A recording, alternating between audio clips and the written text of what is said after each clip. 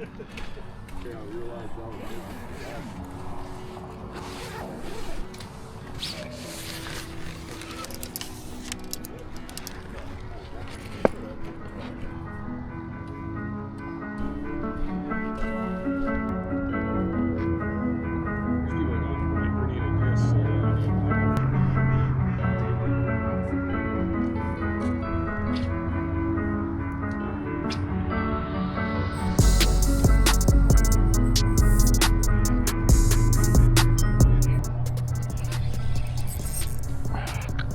that mac and cheese.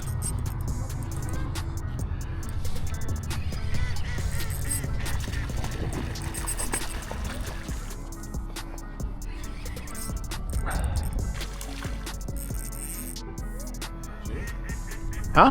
No, inchworm. Inchworm, yeah. He saw that wall and he's like, no!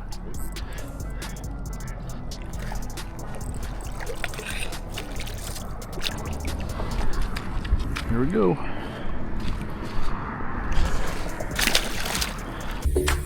Katana.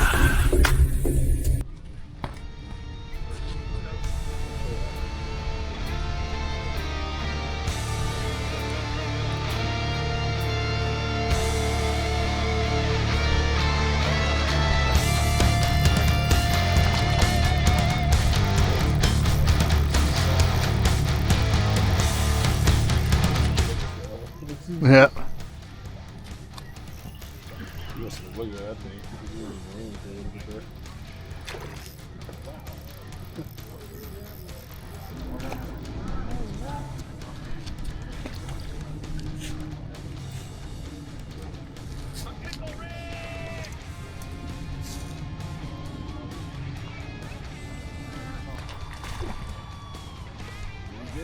Yep.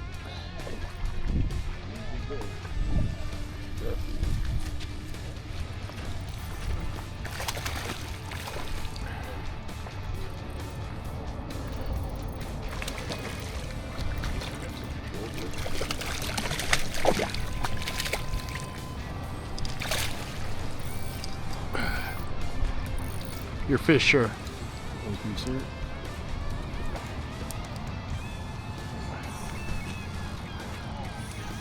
Oh, bird's on again.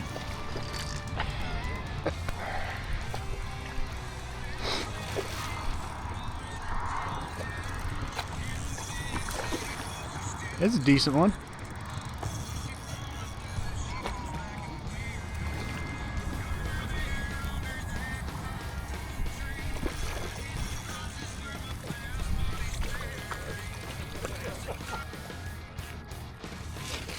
Oh yeah, he's long. Chunky bro.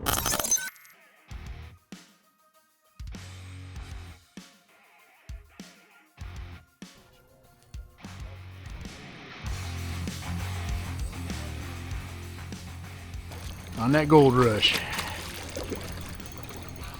You probably had it for a while. I'm using a 30-second and just barely moving it.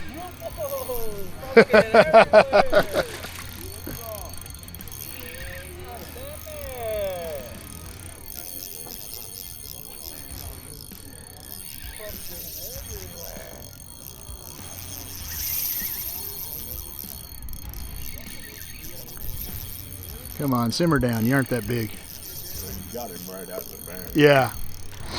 Got some energy to work off.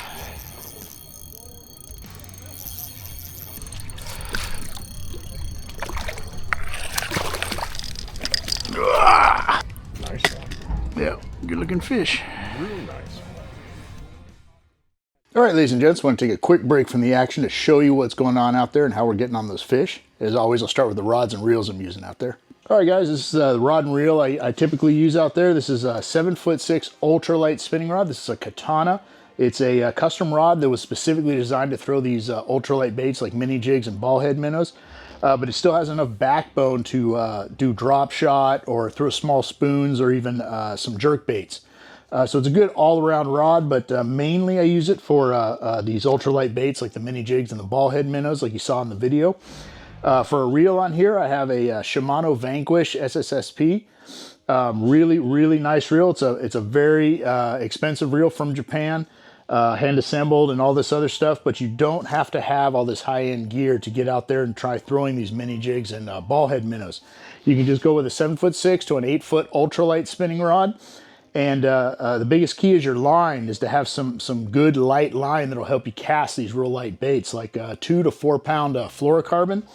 On here, I use Sinister Strand Premium Fiber Braid in 4 pound, and then I run that up to a liter of Sinister Fluorocarbon in 4 pound. But the braid can be a little bit difficult for some people when you're just starting out, because it's very susceptible to wind and getting knots, or what they call wind knots. So typically I recommend that you start off with a mono or a fluorocarbon, just a really, really light line, like a 2 or a 4 pound, so you can get some decent casts and start working on your retrieves, and hopefully start catching the fish. Once you get into it, if you really like it, you can start getting into more of this specialized gear just for that. It's kind of like being a golfer. You know, you have different golf clubs for different shots. Same thing with this. This is a specialized rod and reel for throwing a specialized bait. But you can definitely do it with other rods and reels. So just try it, see how you like it, but you don't have to go out and buy this real expensive stuff right off the bat. This rod is a blue edition Katana. There is a red edition Katana, and they are identical except for the guides. On the red edition, we have the premium Torzite titanium guides. Really, really nice guides, top of the line, but they're super expensive. So what we did is we made a rod with the cheaper steel guides, which are still very, very good guides, but it reduces the cost significantly, and everything else is the same. Same blank, same handles, everything except for the guides. So the blue edition is significantly cheaper, and to me, it fishes the same. If you were to blindfold me and give me a red and a blue, I don't think I could tell a difference. But there are those anglers that have more sensitive touch, if you will, or feel, and they can tell the difference. But me, I can't. I'm just not that guy.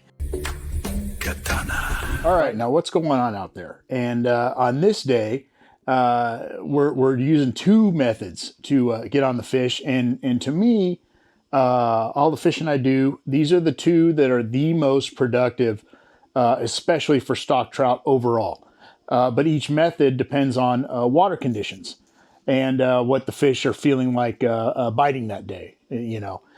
So with the drop shot, you're typically going to use the drop shot in your murkier water conditions.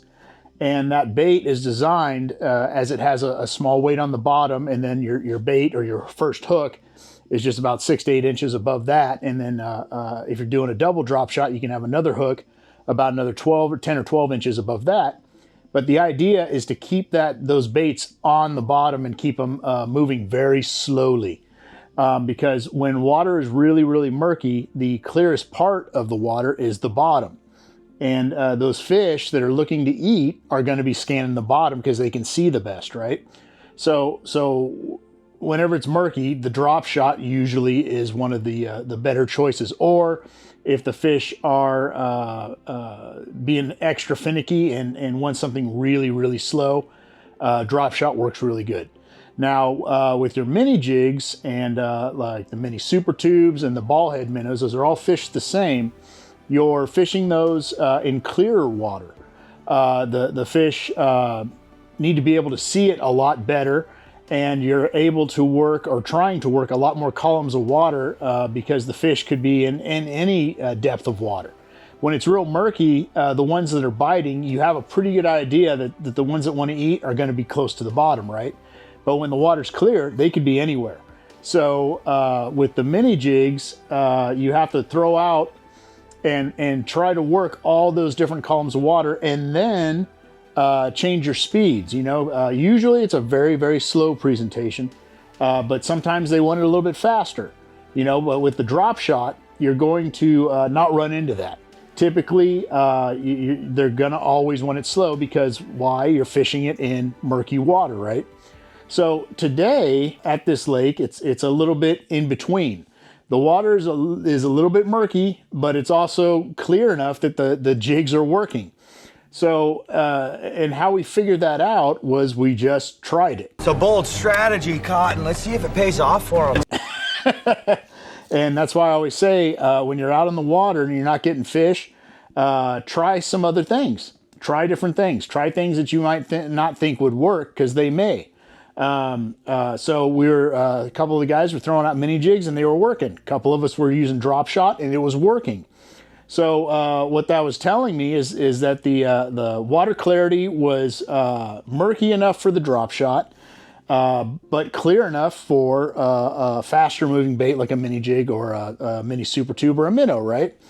But the one thing that was really clear was that working the mini jigs and the mini super tubes, you were still working them near the bottom, but just very, very slow. So it was just a hair faster than we normally drop shot, but still very, very slow, and typically at the bottom. Like some of us were using a 1/16, which is very easy to get at the bottom, and yet you can't go super slow like you can with a drop shot. I was using a 1/32 and going very, very slow, but still not as slow as a drop shot, but slower than the guys with the 1/16. And I was getting fish. So basically, when you're out at the lake, just understand. Like we get asked all the time, like, "Hey, I'm going here. What should I use?"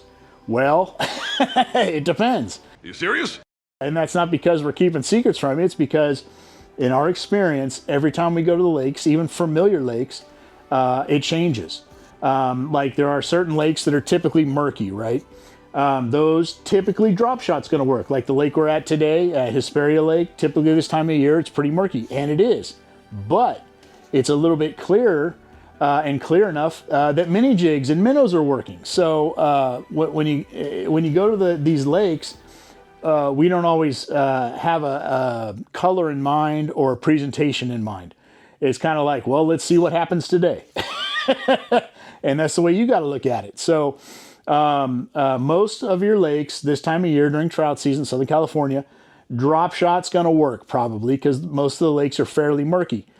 There are some of those lakes that have a lot of, they're murky, but they have a lot of obstructions in the water, like roots and down tree branches and rocks.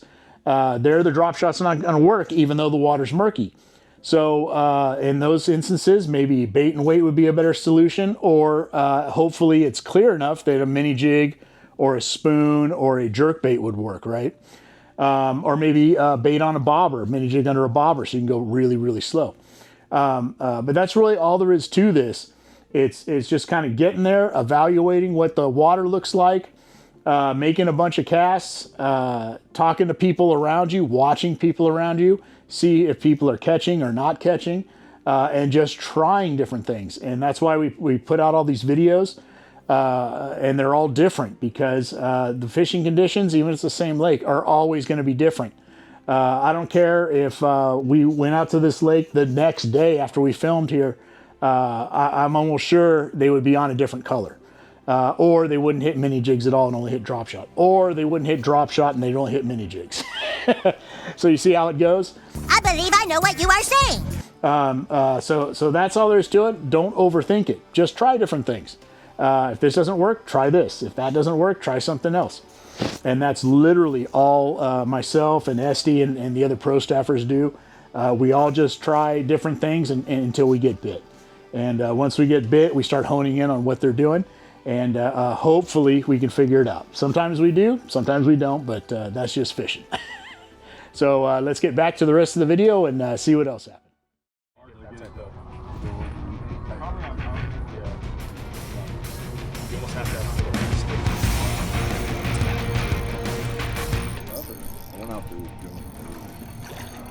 Gold Rush again? Yeah. Nice.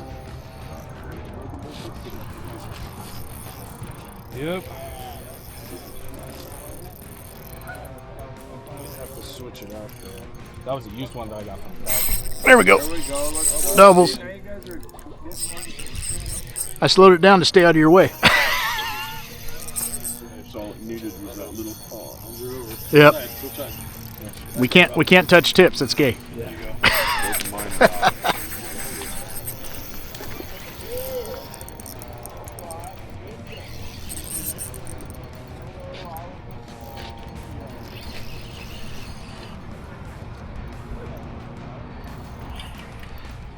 Whoop. There you go. He followed him. Man, he is upset. Yeah. Whoa, whoa, whoa. No, we're good. We're good. Whoa. Take it easy. Take it easy. It's fucking literal trout wars. Oh, wait. I think we're hung up now. Oh, no, we're not. Yeah. All right. Here. I'll take mine. He's trying to get over there. I'll just handle mine.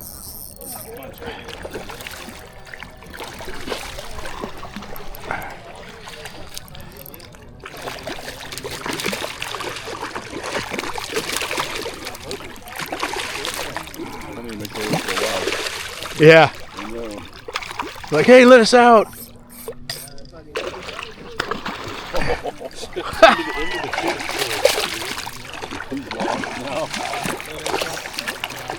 How's it going, dude? He's trying to get the line from his gill. Have a good Thanksgiving, bro. Yeah, you too, bro. Oh, that's a good one, dude. I didn't see him catch up.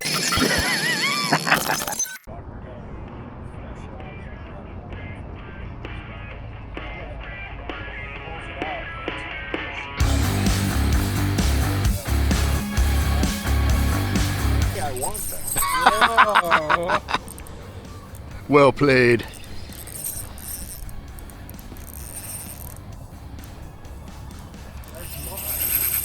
Jump, jump, jump. Oh, jump. Come on. Thought he was going to jump. Can't take the El Diablo. A double glove. Who's always Or triple glove. triple glove? Yeah. There you go. Oh. This is a pretty strong one. Not a toad. I'm gonna say he's about 3. Dropshot. Yeah. El Diablo inchworm. Yep. There he goes, finally. Yeah, I think he's about, I'd say about 3.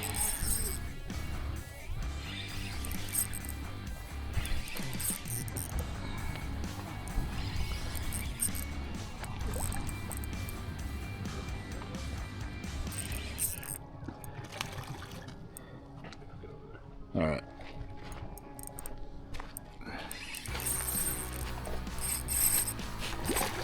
At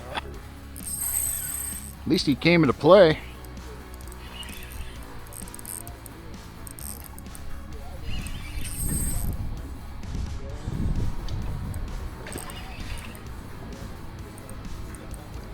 Not quite. Well, he might be 3. Well, see if I can lose another one in the net. Yeah. There you got him. Yep. All right.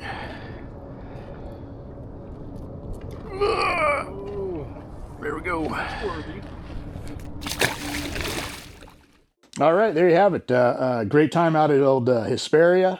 We got into a decent bite. It was not on fire. We were there all day to get those fish. So I know in the videos it looks like we're just slaying fish one after the other.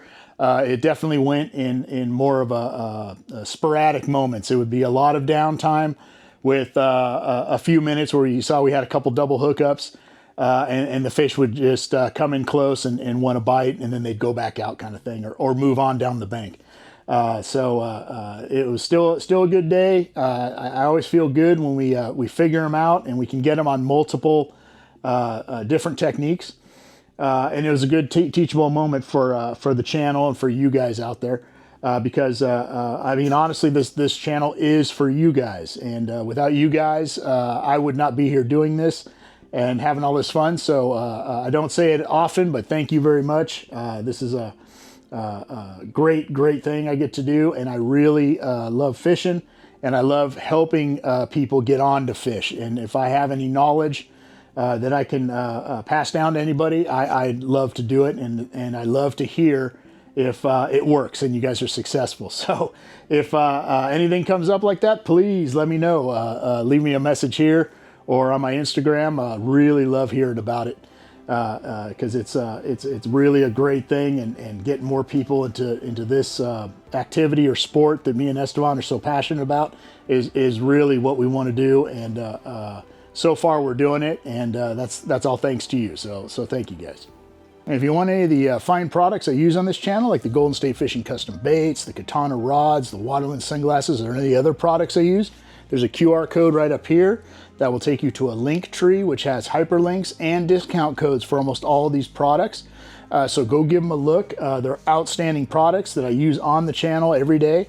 And if they weren't good, I wouldn't put them on the channel. So give them a look, and if you like something, maybe you can save yourself a few bucks. And if you like what you see here, please give us a like and a subscribe. You can also help out the channel. If you have any questions, please leave them here. It helps out with the algorithm and all these things. And I do my very best to get back to you in a timely manner. And you can also talk to me on my Instagram or see what I'm up to on there at Sea Spanker Outdoors. The Instagram typically is a little bit more up to date as far as what I'm doing, where I'm at, and where the fish are biting. The YouTube videos take a little bit of time to produce, so sometimes they're a week or two off. But the Instagram is usually within a day or two. So that's a good place to get more current information and updates. And coming up, I'll be going to the Mid this week. So really excited about that. Haven't been since the opener, since early October. So really hoping to get on some real big Lahotans. And then after that, going to be hitting the old SoCal scene.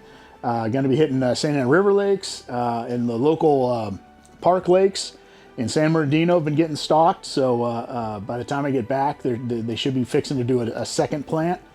So Prado and Glen Helen and Mojave and all those places fixing to go out there, and then all the regular hunts. So hope to see you guys out there, and tight lines.